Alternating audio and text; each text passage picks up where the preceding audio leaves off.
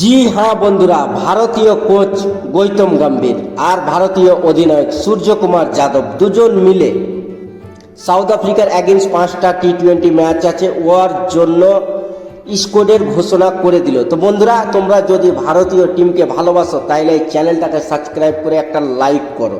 আর বন্ধুরা, এই ভিডিওতে আমরা জানবো লাইভ কোথা থেকে দেখতে পাওয়া যাবে এই মোবাইল দিয়ে, আর এই টি-20 ম্যাচটা কি ফ্রিতে দেখানো যাবে, সম্পূর্ণ এই ভিডিওটা দেখলে বুঝতে পারো। তো বন্ধুরা চলো টাইম ওয়েস্ট না করে এবার আমরা জেনে নিই।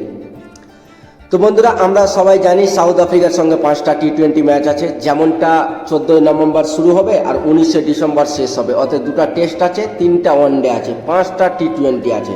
তো টি-20-র জন্য গৌতম গম্ভীর আর সূর্যকুমার যাদব দুজন মিলে একটা স্কোয়াড ঘোষণা করে দিয়েছে সাউথ আফ্রিকার সঙ্গে খেলার জন্য। তো চলো বন্ধুরা, সর্বপ্রথম কে কে চান্স পেলো এটা দেখো। দুটা কিন্তু নতুন নামের টিমের জায়গা করে নিয়েছে। তো চলো বন্ধুরা, এবার আমরা দেখি। সর্বপ্রথম নাম আসছে বন্ধুরা শুভমান গিল আর অভিষেক শর্মা।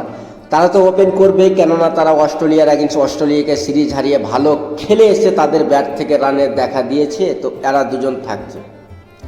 3 নম্বরে ঈশান কিষানকে টিমে জায়গা দিয়েছে। দেখা যাক ঈশান কিষান কী করতে হবে, অনেকদিন পরে ক্রিকেটে ফিরছে, তো ঈশান কিষানকে টিমে জায়গা দিয়েছে। তারপরে ভারতীয় ক্যাপ্টেন সূর্যকুমার যাদব, তারপরে তিলক বর্মা থাকছে,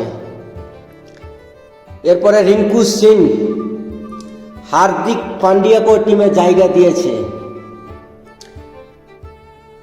জিতেশ শর্মাকেও টিমে জায়গা দিয়েছে, অক্ষর পটেল, শুভম দুবে, নীতিশ কুমার রেড্ডি, ওয়াশিংটন সুন্দর, জসপ্রীত বুমরা, अर्शदीप सिंह, हर्षित राणा, বরুণ চক্রবর্তী, কুলদীপ যাদব। তো বন্ধুরা, ভারতীয় টিমের এটাই স্কোয়াড ঘোষণা করেছে। তো বন্ধুরা, ভারতীয় টিম কি পারবে এই স্কোয়াড নিয়ে সাউথ আফ্রিকাকে হারাতে? এই খেলাটা অনুষ্ঠিত হবে ভারতে। আমরা উম্মিদ করব কি ভারতীয় টিম সাউথ আফ্রিকাকে 5-0 হারাবে। তো বন্ধুরা, এই খেলাটা টিভিতে কোথায় দেখবে? তো টিভিতে দেখাবে বন্ধুরা star sport 1, star sport 2, star sport 3, মানে হিন্দি, ইংলিশ আর যে যেটা ভাষায় দেখে ওই ভাষাটাই ওকে দেখাবে। তারপরে জিও হটস্টারে মোবাইলে দেখতে পাবা, সোনি লাইভে দেখতে পাবা, এটা টিভিতেও দেখতে পাবো, মোবাইলেও দেখতে পাবো। তো বন্ধুরা, জিও হটস্টারে কিন্তু ফ্রিতে খেলা দেখাবে না। এই খেলাটার জন্য তোমরাকে 149 টাকা রিচার্জ করতে হবে 1 মাসের জন্য। এই খেলাটা ফ্রিতে দেখা যাবে না। তো বন্ধুরা, ভারতীয় স্কোয়াড কতটা শক্তিশালী তোমরা কিন্তু কমেন্ট করে জানাও।